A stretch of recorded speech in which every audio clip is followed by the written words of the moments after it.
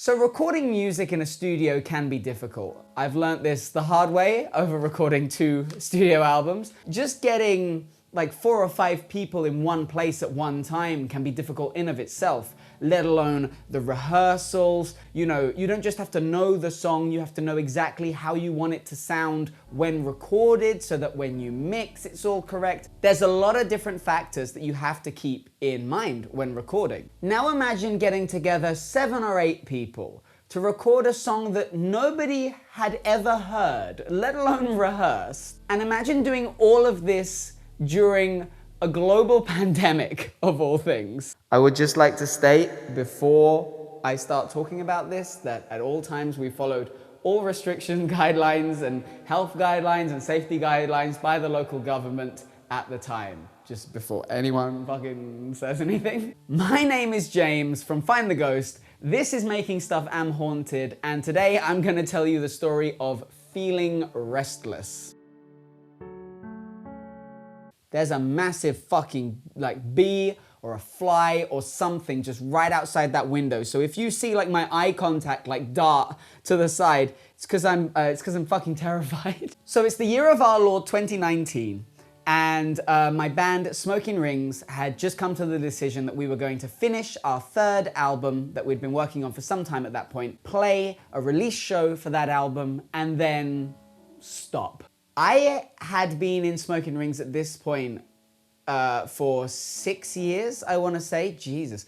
For 6 years. And I didn't know what I was going to do afterwards. I didn't know if I was going to start another band. I didn't know if I would start a solo project. I was contacted one day by the producer who made the first 2 Smoking Rings albums. And he said, I want you to come in. I've got this girl here, Maria, and now she wanted to record an original song in a proper studio. And she wasn't sure how to go about the songwriting side of it, if I remember correctly. So they called me in. I write songs all the fucking time. I do not stop writing songs. My producer knows this, so he called me in and he said, look, she wants to do sort of like a modern poppy sort of thing, sort of like a Billie Eilish. Billie Eilish were the words that I walked out of the studio remembering that day, because she was mentioned a lot. So it's like a Billie Eilish kind of song. Could you write something like that? So I was like, okay. So I went to my unused song ideas, and I had a few songs. I brought a few songs to the studio a couple of days later to be like, well, you could do this, you could do this, you could do this. But the one that we ended up deciding on was a song that I wrote in 2019 called Restless. Now, Restless did not sound like a Billie Eilish song. Restless was inspired by Pulp and other Britpop acts of the time, that fucking fly. It's very guitar heavy, a lot of distortion and effects on the voice, some weird synths in there, some weird choices. Not a very like polished, clean sounding pop song of nowadays, of the modern era. But I thought that the melody and the lyrics could be used, and so anyway, I took it to them and they liked that one, and they said, okay, James, could you now, take it away and make it sound more like the type of song? Again, Billie Eilish was the words that I heard the most. Could you make it sound like a Billie Eilish song? And I was like, I'll give it a go. In the end, I just came up with like a piano and vocoder idea. I love vocoders. I've loved vocoders, I think, since I heard them in Panic at the Disco's Too Weird to Live, Too Rare to Die album. These are my props for today. I've got a pile of CDs next to me. I was also inspired by Taylor Swift's, I believe it's Delicate. Listen for the best. My reputation's never been worse. You know the one? So I sort of took that sort of vibe, and I just made just like a bare piano and vocoder one. I tuned the vocoder to make it sound more feminine in like the formants. And I was like, I said to them, like, you could add drums or you could add like a sub bass later to give it more of that, when we all fall asleep, where do we go vibe. And they liked it, and they said, okay, we're gonna move ahead with this, James. And I was like, is my job done? They said, well, no, because you might sing on it, so stick around, help out. So I was like, all right, let's do this. So our producer says, I'm gonna start calling around other musicians that we know and start bringing them in, and we can begin work on this. Each musician was only given my original demo with the piano and the voice. That's an important thing to mention. There was no pre-production, because usually at this point in recording, you would be like, okay, so what is the drum gonna sound like? What sort of bass sound are we gonna go for? What instruments are we putting in this?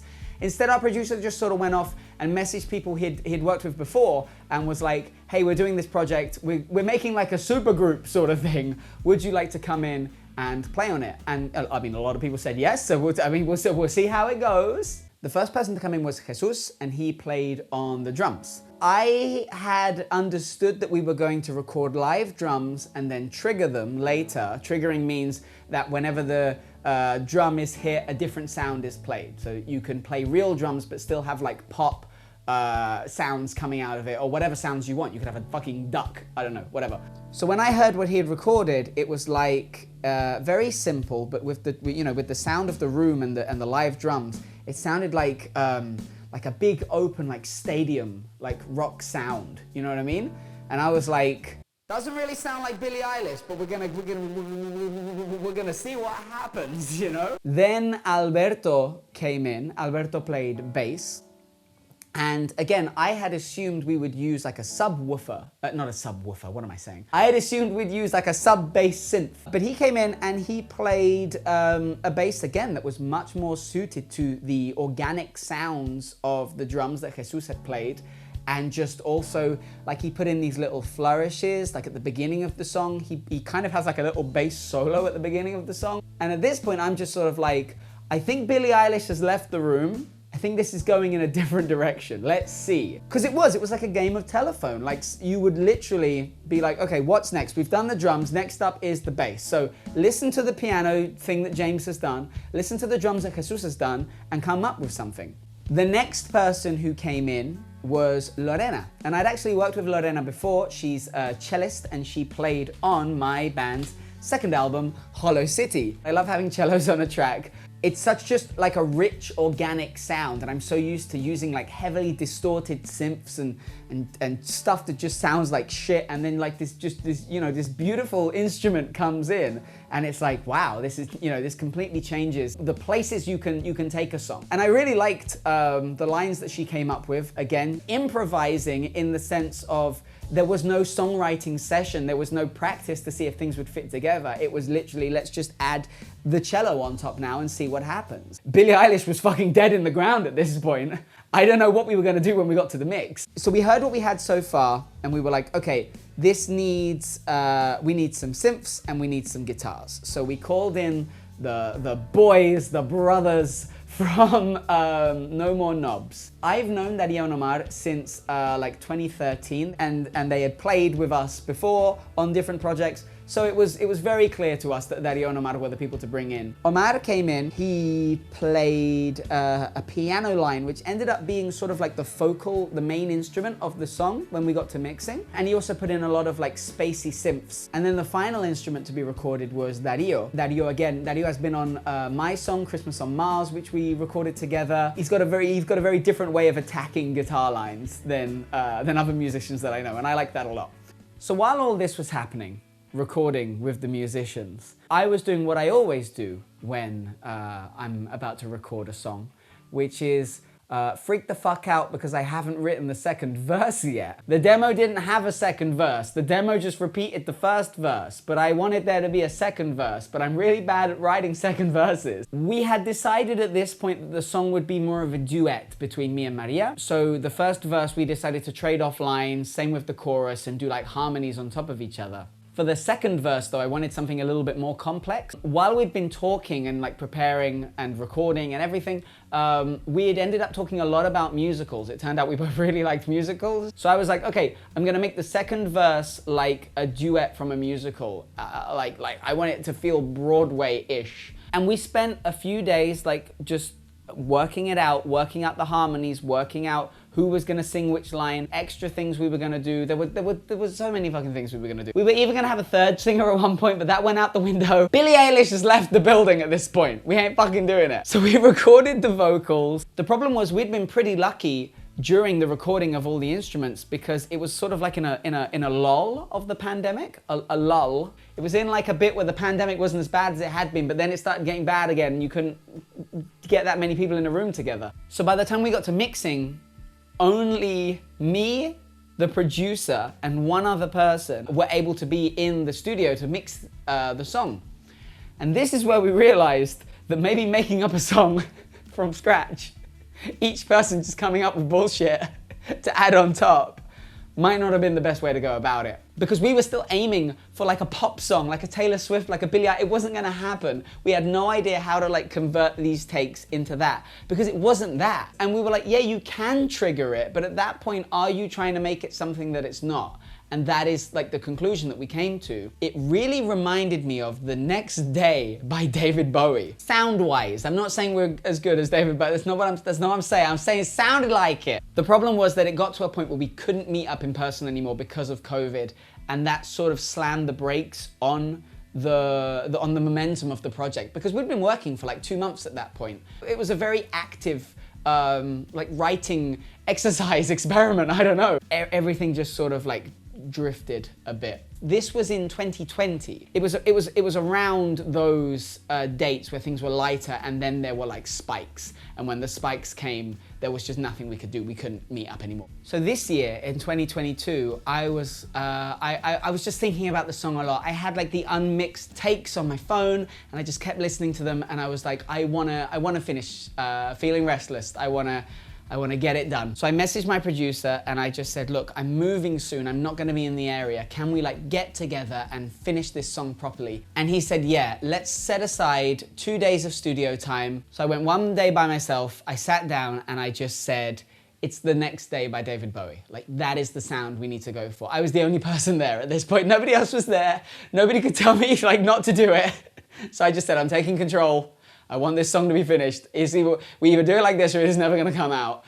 So I said, it's David Bowie, The Next Day, let's fucking go. And we did 2 mixing days. The boys from Smoking Rings even came on the second day. If I haven't credited them as engineers, I'm doing it now. Let's call them mixing engineers. And yeah, we finished the song, it's done. From 2019 to 2022. But I didn't just want to put the song out there by itself, because I feel like the story of the song is interesting. I don't know, I mean, you've just watched the video, maybe it's not interesting, but I feel like the fact that it was like this game of telephone where everyone sort of picked up after the next person, I just wanted that to be represented in the release. So I decided to make it an EP where it has the finished song, it has the original 2019 like Deadman Jones Pulp demo, it has the demo that I made with the piano and the vocoder, and it has the instrumental version, because at the end of the day, there are so many fucking great musicians on this, and I wanted there to be a version where people could listen to the work they had done and decide for yourself if you think it fits together, if you think this was a terrible idea, I don't know. And that is available now. It's on Spotify, it's on Bandcamp, it should be everywhere. Wherever you want to listen to music, it should be there. So, so go listen to it. I guess that's the video. I know I took the piss out of this idea last time, but I would like you to comment if you also recorded anything during the pandemic. Was it by yourself? Was it a collaboration with other people? Did you do it long distance? I've done every single type. I've worked with people from Ireland, from the Philippines during the pandemic. I've had people sending me things from their house. I've had people sending me things from other studios. It's been fucking wild. And I want to know if anybody else has had a similar experience, because it's interesting to me that so much did get done during this time where we were so isolated and all stuck by ourselves, and that there were like these moments where we could meet up and do things or just do things without meeting up. So that's it, that's the video. Remember, like, subscribe, follow me on Instagram, follow me on Spotify, I don't give a fuck. The most important thing is that you listen to the music, and I want to know if you enjoyed it, because that is the point of all of this. Thank you for watching.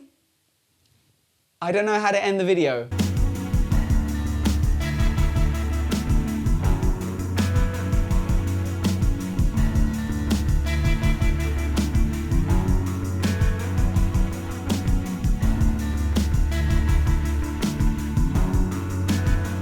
Thank you for watching. That's how I end my videos now. I give people kisses at the end of the videos. Fuck off.